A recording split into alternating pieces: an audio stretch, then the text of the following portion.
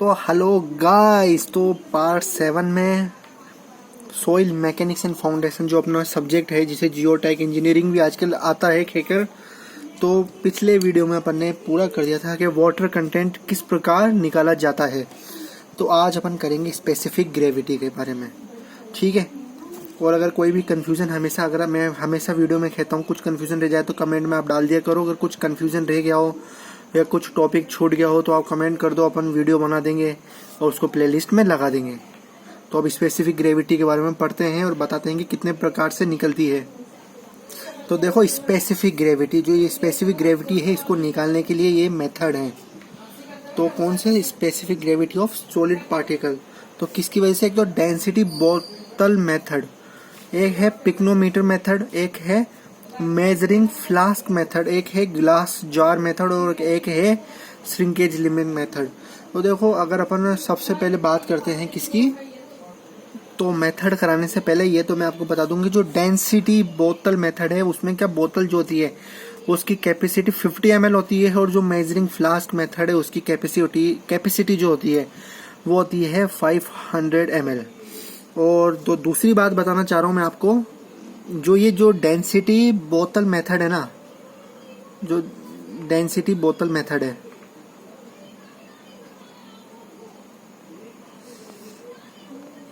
जो ये डेंसिटी बोतल मेथड है, एक सेकंड में थोड़ी ब्राइटनेस तेज कर दूं,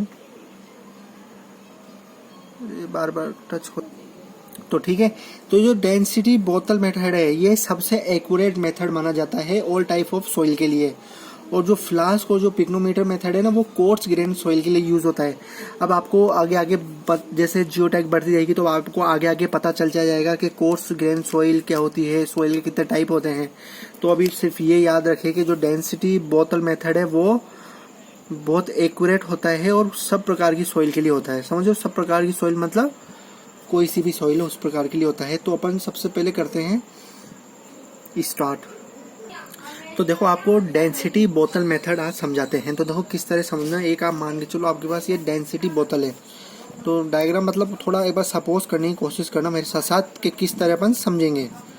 तो एक ये डेंसिटी बोतल है जिसमें ऊपर से होल है, जैसे पिक्नोमीटर में अगर मैंने आपको पिछली बार डायग्राम दिखाया था कि उसमें भी एक होल होता है 6 mm का, और इसमें एक स्टॉपर लगाए तो उसमें भी एक स्टॉपर होता है, वॉशर होता है जो पानी की लीकेज रोकता है।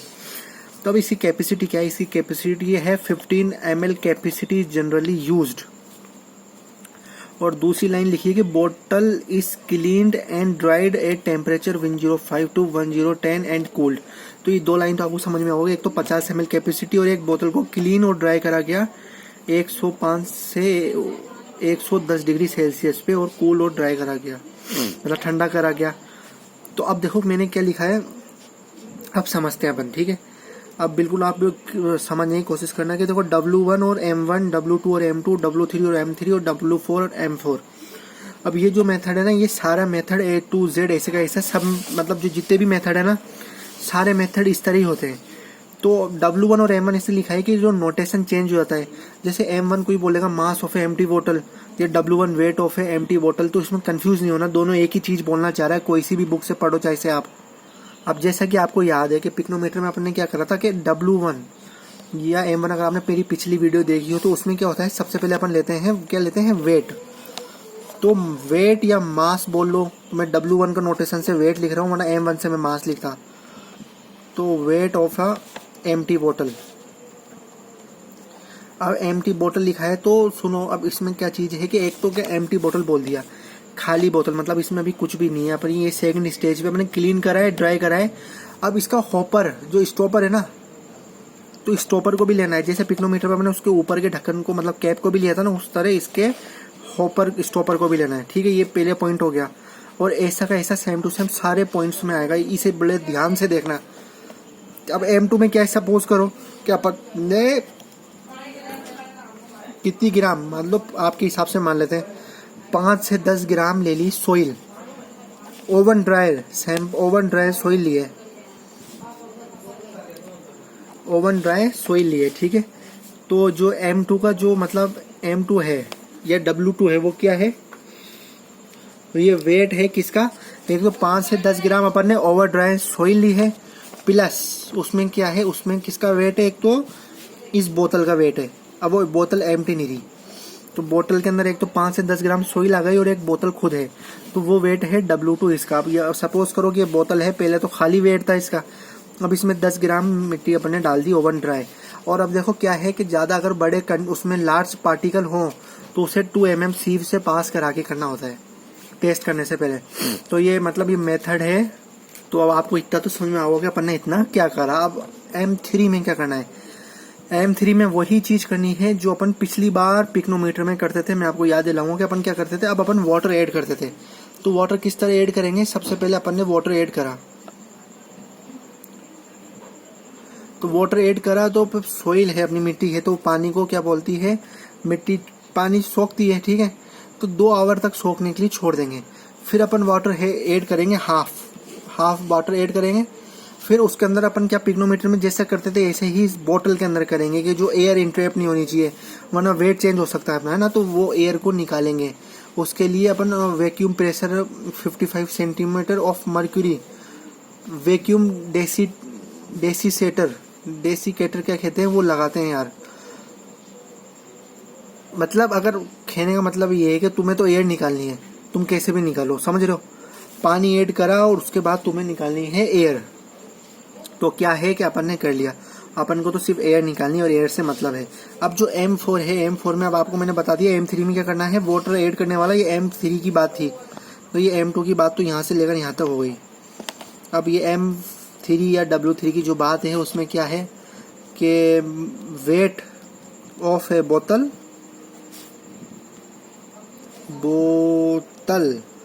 Plus wait of A soil जो था और plus wait of A water जो अपन ने ऐड करा है।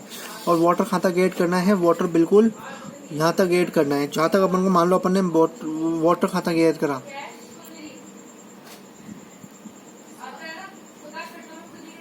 अब मान लो अपन ने स्टॉपर लगेगा, ऊपर स्टॉपर लगेगा, तो अपन ने वाटर मान लो यहाँ तक ऐड करा, ठीक है। जहाँ पर अपनी मतलब करा है ना ऐड, वो अपन को ध्यान रखना है, उधर जगह मार्क लगाना है अपन को, तो और इसका वेट ले लेना है, ठीक है। अब M4 में क्या करना है, M4 में वही जो पिक्नोमीटर में करते थे, दोनों एक साथ में हो रहे हैं। अपन पिछली बार पिक्नोमीटर क्लीन कर देते पूरा का पूरा, वापस से बिल्कुल जो आउटसाइड जो ड्रॉपलेट रही है उसको भी निकाल देते थे। इसी तरह इस डेंसिटी बोतल को भी निकाल देंगे। फिर वापस से ना जहाँ तक निशान लगाया था वहाँ तक क्लीन वाटर भरेंगे ओनली, और उसका वेट ले लेंगे, वेट ऑफ बोतल फिल्ड विथ वाटर। तो ठीक है, अब ये चीज़ कर लिया। ये चीज़ करने के बाद सिर्फ आपको क्या करना है, फॉर्मूला दे मारना है। फॉर्मूला दे मारने का मतलब आपको करना है G is equal to, specific gravity का फॉर्मूला बता रहा हूँ, W2 माइनस W1, और फिर बहुत ही सिंपल फॉर्मूला है, W2 minus W1 upon W2 minus W1 minus W3 minus W4। ये क्या यार, थोड़ा नीचे हो गया, W2 minus W1 upon W2 minus W1, ये अपॉन में है, और ये भी ऐसे है कि W2 minus W1 upon W2 minus W1 minus W3 minus W4। ये स्पेसिफिक ग्रेविटी का फॉर्मूला है। और कहीं जगह अगर आपको ये M2 माइनस M1 देखने को मिले तो कोई कंफ्यूजन की बात नहीं है, बात वही है, वो मास का बोल रहे हैं, अपन वेट का बोल रहे हैं। अगर इसमें कोई दिक्कत नहीं होनी चाहिए, और बिल्कुल आपको जो चीज़ समझाई है ये बिल्कुल ही एज इट इज पिक्नोमीटर में भी यूज होगी, मेजरिंग फ्लास्क मेथड में भी होगी, और आपको वापस से हम इस पूरे लेक्चर में समझाएंगे। और इस प्रैक्टिकल में जो याद रखने वाली बात है वो ये है कि 27 डिग्री सेल्सियस होता है अपन को क्या, स्पेसिफिक ग्रेविटी निकालते हैं जब। तो बाकी तो इसमें मेरे को जहाँ तक मैंने देखा है वहाँ तक आपका पूरा हो चुका है। अब अपन बात करते हैं किसकी, नई चीज़ की, मतलब पिक्नोमीटर मेथड ले लेंगे या फिर मेजरिंग फ्लास्क मेथड ले लेंगे। जैसा कि मैंने आपको कहा था कि अगर आपने मेरा वो चीज़ ज़्यादा अच्छी तरह समझ ली, डेंसिटी बोतल मेथड, तो आपको कहीं दिक्कत नहीं आएगी। तो इसलिए क्यों कहा था, और इसलिए कहा था क्योंकि जो मेजरिंग फ्लास्क मेथड है, मैंने क्या कहा था, मेथड कोई सा भी हो, अपन क्या कर रहे हैं, अपन निकाल रहे हैं स्पेसिफिक ग्रेविटी। तो बस स्टेप वो ये है कि जो अपने पास अगर मान लो, देखो मेजरिंग फ्लास्क या पिक्नोमीटर, इसको समझ के करो। सबसे पहले क्या करना है, यही स्टेप रहती है, यही सीक्वेंस रहता है। सबसे पहले एम्प्टी बोतल का वेट लेते हैं, उसके बाद उसे अपन M1 कहते हैं, उसके बाद उसमें ड्राई सोइल डालते हैं, ड्राई, और जो फ्लास्क है वो रहते हैं, उसका वेट लेते हैं। वो दोनों का जो ऐड होता है ड्राई सोइल प्लस फ्लास्क का, उसे अपन M2 कहते हैं। उसके बाद ड्राई सोइल रहती है, फ्लास्क रहता है और उसमें अपन जो वाटर ऐड करते हैं वो रहता है M3। और उसके बाद सब कुछ निकालने के बाद जो अपने पास लास्ट में अपन वाटर डालते हैं और उसका वेट लेते हैं फ्लास्क के साथ, वो रहता है M4। और फॉर्मूला आपके पास यही है W2 minus W1 upon W2 minus W1 minus W3 minus W4। जहाँ कंफ्यूजन होता है ना वो इस फॉर्मूले में कंफ्यूजन होता है। अब बताऊँ किस तरह कंफ्यूजन होता है। देखो G इजिकल टू आपको आएगा, G इजिकल टू दिख रहा है, G इजिकल टू कभी आपके पास ऐसा आएगा MD upon MD minus M3 minus M4। कभी कभार स्पेसिफिक ग्रेविटी का जो फॉर्मूला है वो इस तरह आएगा। तो अब ये बताऊँ मैं किस तरह आता है, तो कंफ्यूज नहीं होना। देखो हर चीज़ का सॉल्यूशन अपने पास होता है।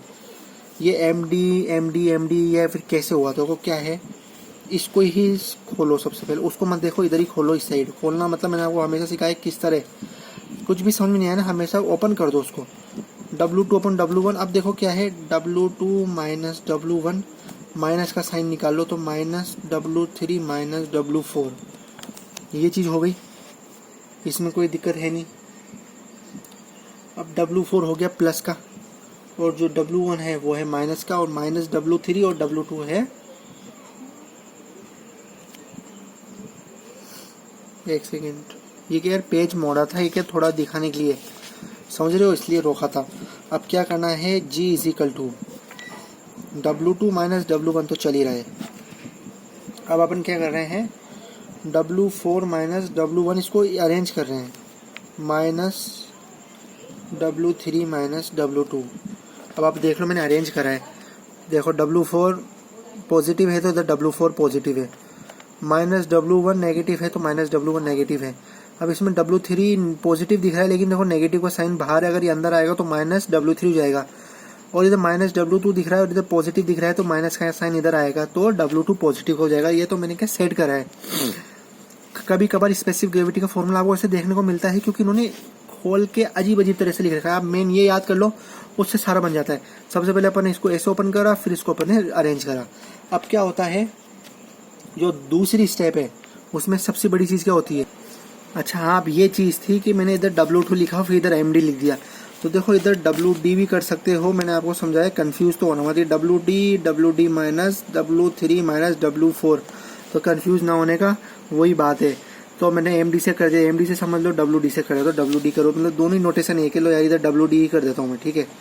अब क्या है, dry weight of a soil. तो dry weight of a soil कैसे निकलेगा, देखो क्या है, एक तो वेट ऑफ ए एम्प्टी बोतल है, एक है वेट ऑफ ए एम्प्टी बोतल प्लस ओवन ड्राई सॉइल। तो मतलब अगर M2 माइनस M1 या W2 माइनस W1 करें तो निकल जाएगा। तो W2 is equal to M2 minus M1। तो देखो आपको बिल्कुल समझा दिया मैंने। अब क्या है, मैं थोड़ा आपको कैसे कंफ्यूज भी कर रहा था, मतलब बताने का तौर पे ये था कि देखो फॉर्मूले को इस तरह भी लिख सकते हैं, तो कंफ्यूज मत होना। मेन फॉर्मूला तो ये है, इससे सब कुछ बन जाता है। अब W2 माइनस W1 क्या है, WD होता है। WD कैसा है, वेट ऑफ है ड्राई सोइल। वो कैसा आया, W2 माइनस W1 करके देख लेना, क्योंकि देखो एक तो पिक्नोमीटर है और एक पिक्नोमीटर भी है और उसमें मिट्टी भी है, तो पिक्नोमीटर से पिक्नोमीटर चला गया तो मिट्टी बची, मेरे लॉजिक के हिसाब से, समझ रहे हो। तो अब W2 माइनस W1 WD है, तो G is equal to WD upon WD minus W3 minus W4। निकल गया ना। तो इस तरह ये भी निकल गया। और ये देखो, ये जो अपन ने स्टार्टिंग में ये MD लिखा था, ये वही बात है, MD minus W3 minus W4।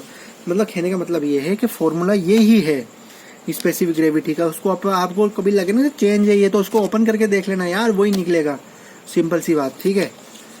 अब आपको स्पेसिफिक ग्रेविटी निकालना आ गई, तो आपको पिक्नोमीटर मेथड तो पूरा ही आ चुका है। जो अपन ने उस दिन वीडियो बनाई थी कि पिक्नोमीटर मेथड कैसे करते हैं, तो वो चीज़ आपको आ चुकी है। तो अब और कोई टॉपिक अपन पढ़ते हैं। अच्छा, और ये जो फ्लास्क इसकी 500 ml कैपेसिटी होती है और 250 ml की कैपेसिटी वाला भी होता है, ठीक है। और इसके अंदर ये चीज़ और थी कि fine grain medium grain soil use कर सकते हैं। अब मैं आपको ये बाद में बताऊंगा कि चीज़ होती क्या है, ठीक है।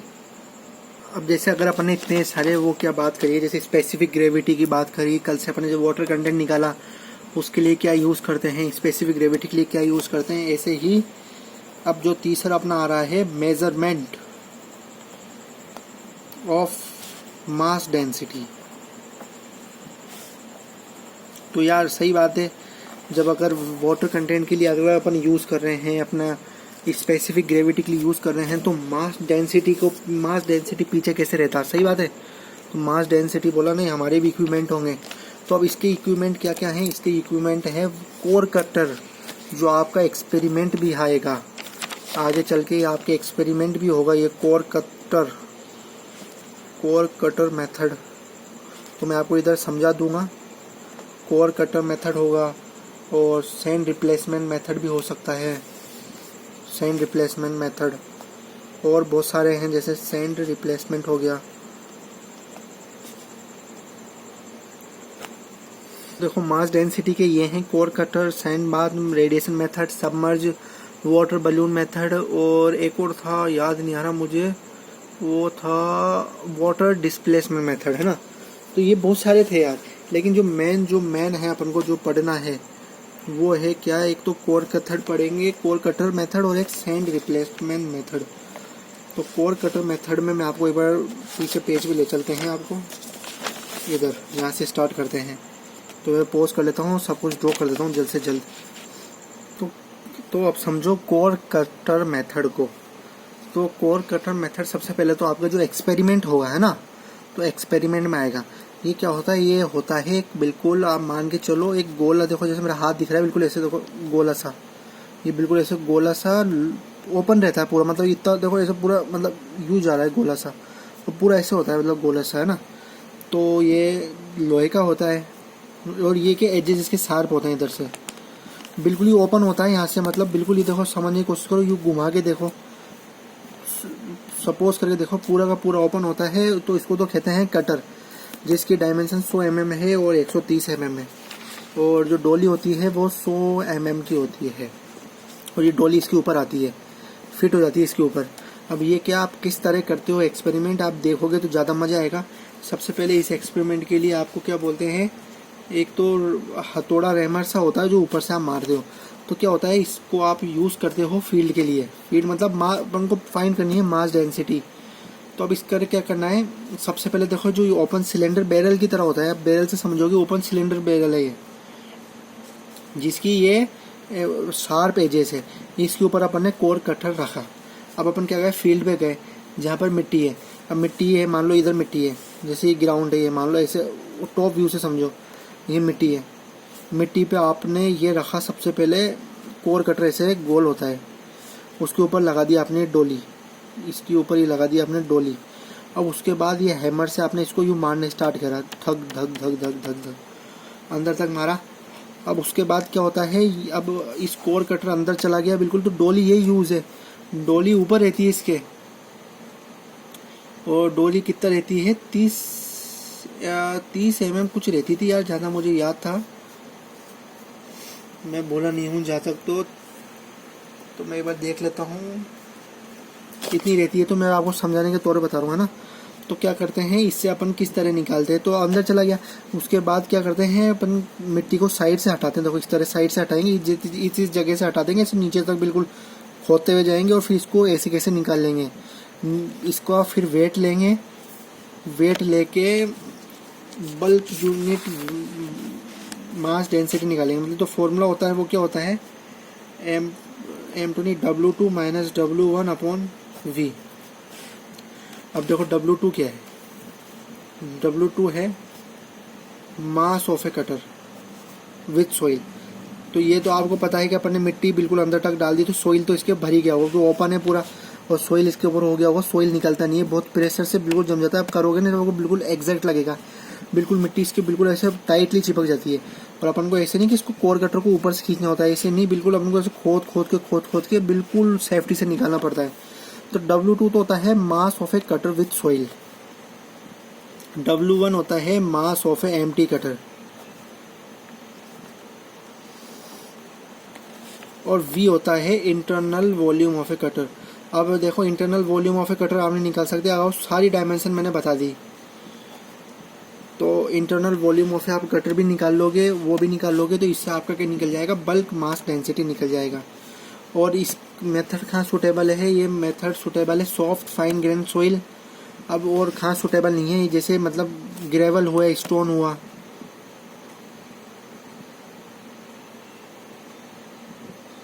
समझ रहे हो, मतलब पत्थर हुए, पत्थर में दे मारो, क्या फायदा है, वैसे पत्थर थोड़ी फंसेंगे इसमें, मिट्टी के लिए सही है।